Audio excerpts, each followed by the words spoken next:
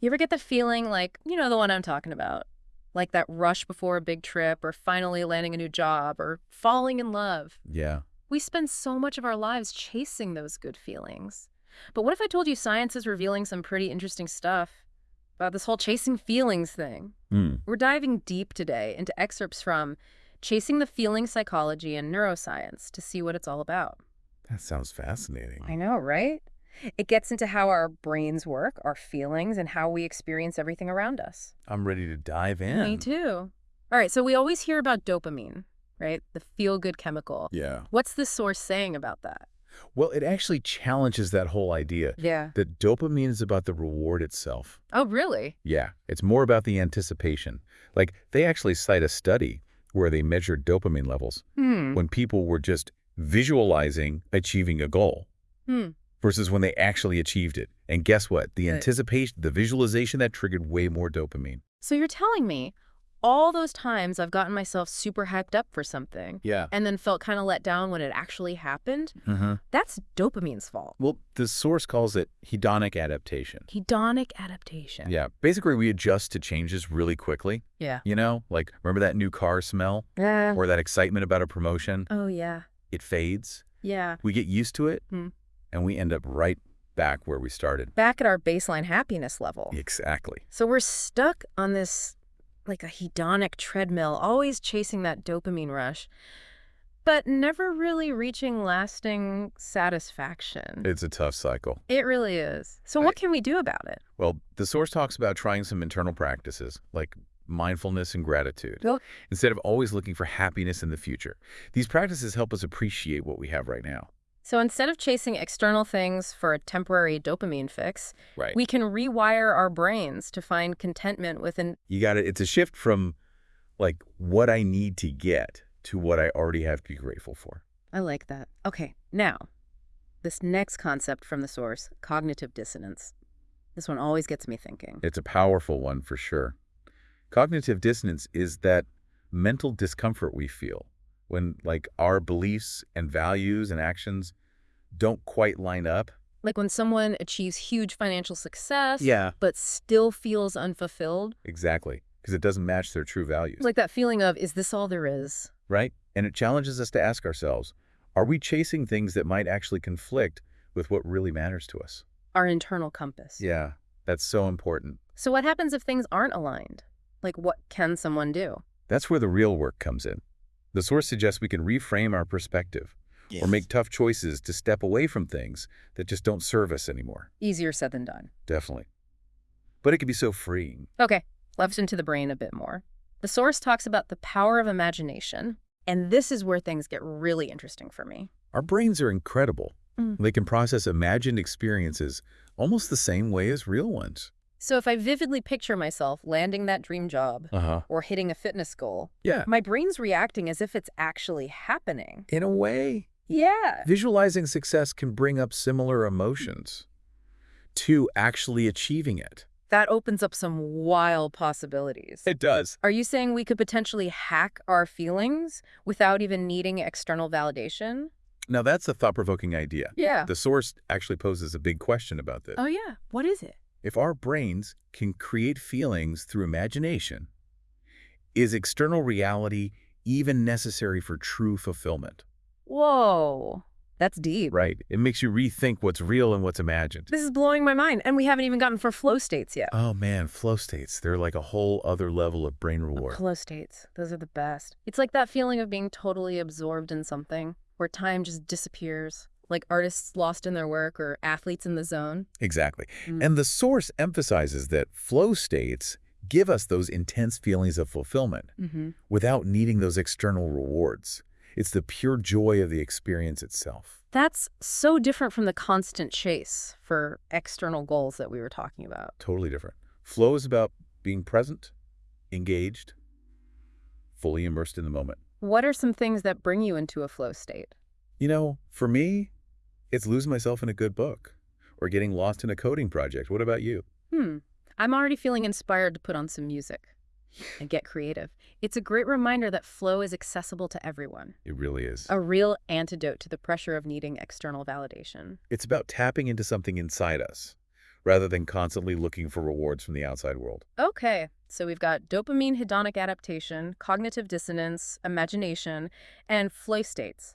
This is painting such a complex picture of how we chase feelings. Yeah. What else does the source touch on? Well, it wouldn't be complete without talking about our social and emotional needs as humans. Okay. We're wired for connection, belonging, Yeah. self-worth, all that good stuff. I can see how this all ties into the desire for external validation. Like, we might look for status or relationships or achievements to try and fulfill those deeper needs. Exactly, but here's the thing.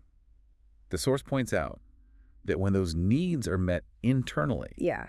through things like self-compassion or resilience, the external chase becomes way less urgent. So it's like we're building a strong inner foundation. Yeah. So we're not constantly looking for validation from the outside. Exactly. This is fascinating. And that brings us to another big part of the human experience, memory. Ah, yes, memory. It plays a huge role in all of this. How so? How does memory fit into this whole chasing the feeling conversation? Well, think about it. Have you ever looked back on an experience and it felt different than how you actually remembered it? Yeah, I think so. Our memories have so much power.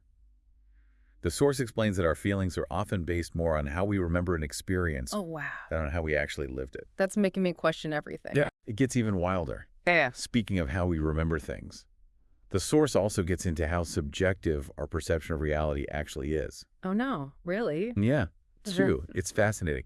The source actually suggests that we can kind of rewrite our memories. Rewrite our memories. Yeah, to make them evoke more positive emotions. How is that even possible? Well, they talk about things like journaling mindfulness, even just intentionally reframing how we look at past events. Like changing the narrative. Exactly. Yeah. And there's a study they mention where people use specific journaling techniques to reframe negative memories. Okay. They focused on like finding the positive aspects or lessons learned. And over time, their emotional responses to those memories actually changed. Wow, that's amazing. It makes you wonder if we could use these techniques to create more fulfilling experiences, like overall, It's definitely a possibility. Yeah. But we were just talking about how memories are influenced by perception. Right. And this source digs even deeper into that. Okay.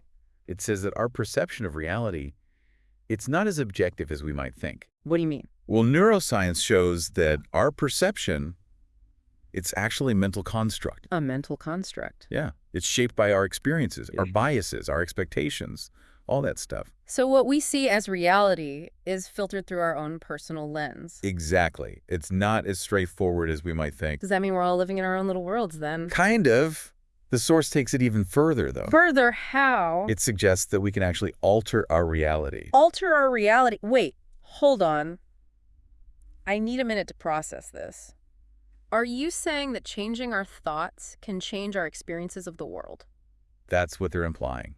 Our internal state, it has a huge impact on how we see and interact with the world around us. So shift the internal lens, Yeah. and you shift your experience of reality. Exactly. Yeah. And there's research to back this up from fields like quantum physics and epigenetics. Okay, now this is getting really deep. It is. It suggests that our minds might be way more powerful than we ever realized. So if our minds can influence the external world, how do we actually use that power? The source doesn't give like a step-by-step guide, Right. but it emphasizes the importance of awareness, intention, and aligning our actions with our values. So it's not just about positive thinking. No, it's about actually living in a way that reflects those beliefs. This reminds me of all those self-help gurus who talk about manifesting your dream life. Yeah, it's important to be careful with those ideas, though, you know? Not get carried away. Exactly. The source isn't saying to just blindly believe anything or think magically, Okay. but it does encourage us to be open to the possibility that our understanding of reality could be totally wrong. Okay. So be intentional. Align our actions with our values. Yeah. But how do we know if we're on the right track? How can we tell if we're shaping our reality in a way that actually aligns with what we truly want? The source gives a really simple answer. What's that? Pay attention to how you feel. So it's not about checking off achievements. Right. It's about cultivating a sense of inner peace and fulfillment. Exactly. But what if we're stuck in this rut of negative thinking, you know? That's where those internal practices we talked about come in. Like mindfulness and gratitude. Exactly. Yeah. And self-compassion, positive affirmations, all those things can help to shift our mindset. So train our minds to focus on the good, appreciate what we have, Uh, believe in ourselves. Does that really make that much of a difference? Think about placebo effects. Yeah. People experience real physical changes just by believing they're getting treatment. Oh, well, that's true. Imagine the power that belief can have on our emotional well-being and even the opportunities that come our way. If our beliefs can affect our physical health, they can probably affect other areas of our lives too. Exactly. But I have to ask, does this mean we're responsible for everything that happens to us?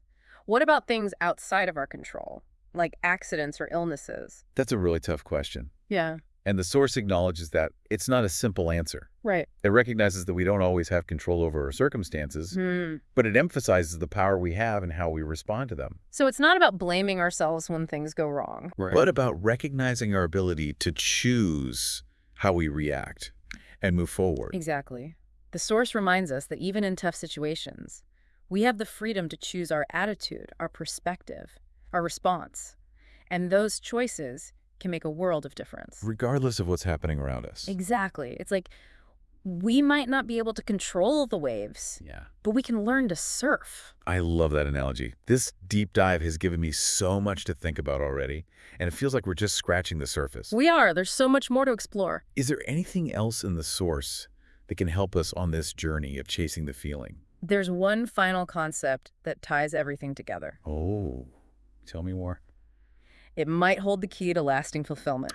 Okay, I'm all ears. It's the idea of transcending the ego. Transcending the ego. Now we're getting philosophical. It's deep stuff. Think about those moments in your life when you felt this deep sense of connection or purpose. Maybe while you were in nature, or listening to music, or just being present with loved ones. I think I know what you're talking about. It's like those moments where you lose yourself and feel part of something bigger. Exactly. The source suggests that these experiences give us a glimpse of what transcending the ego is all about. So it's not about denying our individuality, Right. but about recognizing that we're part of something much larger. Exactly. But how do we actually make that shift? Is it just willpower or some mystical experience? The source suggests it's a gradual process, a combination of inner work and lived experiences. Okay. It highlights practices like mindfulness, meditation, self-reflection, all to help us become aware of our thoughts, our emotions, the stories we tell ourselves. So it's about becoming an observer of our own minds. Yeah. Noticing those ego-driven patterns of thinking. And then what? As we become more aware, we can detach from those patterns Yeah. and choose a more expansive way of being. But how do we reconcile this with everyday life? We still have responsibilities, goals, challenges. The source acknowledges that it's not about retreating from the world or denying our needs and desires. So we're not striving for some perfect state of enlightenment. Not necessarily. It's about finding a balance, integrating this sense of interconnectedness into our everyday lives. That makes sense. So it's an ongoing process. Exactly. It's a dance between our inner and outer worlds. I like that. A dance. Yeah. It's about bringing mindfulness, compassion, purpose to everything we do, from work and relationships to even the simplest everyday interactions. This is painting such a beautiful picture of a more fulfilling way of living. But if our minds are so powerful in shaping reality, what about free will? Are we just puppets of our subconscious? That's a question that's been debated forever. And the source admits it's complicated. Right. We're constantly influenced by internal and external factors, both conscious and unconscious. So it's this nuanced interplay between our minds, our environment, and our choices. Exactly. It's not a simple equation. Where do we go from here then? The source suggests that the key is awareness. Awareness of both our internal states and the external forces shaping our lives. Finding that balance between taking responsibility for our thoughts and actions, while also recognizing the limits of our control. You got it. This has been such a thought-provoking deep dive. It has. I'm ready to take these insights and actually apply them to my own life. I'm glad to hear that. Yeah. And remember, this is just the beginning. Right. The source encourages us to keep questioning, experimenting, discovering what works best for each of us. I'm definitely up for the challenge. Thanks for taking us on this incredible journey. It's been my pleasure. But before we wrap up completely, there's one more thing we need to talk about. Oh, what's that? The role of our survival instincts in all of this. Yeah, we haven't really touched on that yet. You're right. It's a crucial piece of the puzzle. Yeah. And that's where we'll pick up in part 3. Okay, so we're back. And I'm still trying to wrap my head around everything we've talked about. I know, right? Yeah. It's a lot to take in. From dopamine to the idea that we can actually shape our own reality with our minds. Seriously, mind-blowing stuff. But we left off on a big question, remember? Yeah. The whole survival instinct thing. Exactly. Like we've been talking about rewiring our brains for happiness and contentment and all that. But isn't our main programming, like deep down, all about survival? That's the paradox.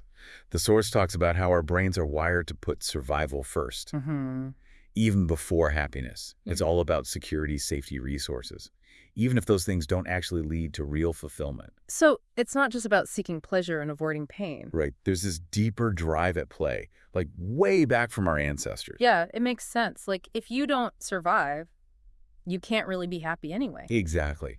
And this instinct can make us chase things that don't really make us happy. Like what kinds of things? Like maybe we chase wealth or status or validation because our brains tell us it's what we need to survive, Even if it doesn't feel right. even if our hearts aren't really in it. So we're operating on these two different levels. Like we have these primal urges for security, Yeah. but then we also have this yearning for something more, like deeper meaning and fulfillment. The source talks about how mindfulness can help us bridge that gap. Mindfulness. Yeah. By reducing stress and calming our nervous systems.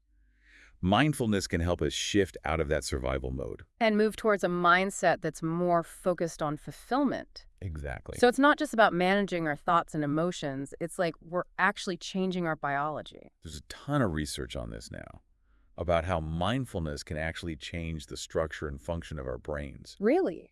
Yeah. It makes us less reactive to stress Yeah.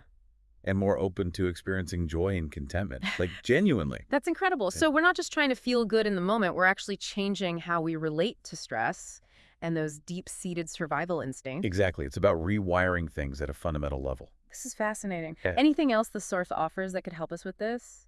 You know, balancing survival and fulfillment? It brings up a whole field of study that's really relevant here, positive psychology. Oh, yeah, I've heard of that. What's it all about again? It's a relatively new field, but it's all about focusing on well-being and fulfillment instead of just treating mental illness, Yeah. like traditional psychology. You know? So instead of focusing on what's wrong, positive psychology looks at what's right. You've got it. And the source points out that a lot of positive psychology practices, like gratitude optimism, living with a purpose, they all focus on our internal state as a way to find lasting joy instead of constantly chasing external things for fleeting happiness. Makes sense. I'm starting to see a pattern here. It's not about what we achieve. It's about cultivating our inner world. That's a huge shift in perspective. And the source suggests that these positive psychology practices might actually be more effective at helping us chase the feeling. Than just focusing on accomplishments and external stuff. Right. Because true fulfillment comes from within, not from external validation. That ties back to what we were saying about transcending the ego. Exactly. It's not about denying who we are. It's about recognizing that we're part of something much bigger. This deep dive has been seriously eye-opening. It feels like we've gone from the inside of our brains to the vastness of the universe, all trying to understand this thing that we all want, to feel good. It's a universal pursuit. And a pretty amazing one when you think about it. I'm leaving this conversation feeling so inspired, like I have a renewed sense of purpose and direction. It's amazing how powerful these ideas are. That's great to hear. And remember, this is just the beginning Of what? of your exploration. This source, Yeah. it encourages us to keep questioning, keep experimenting,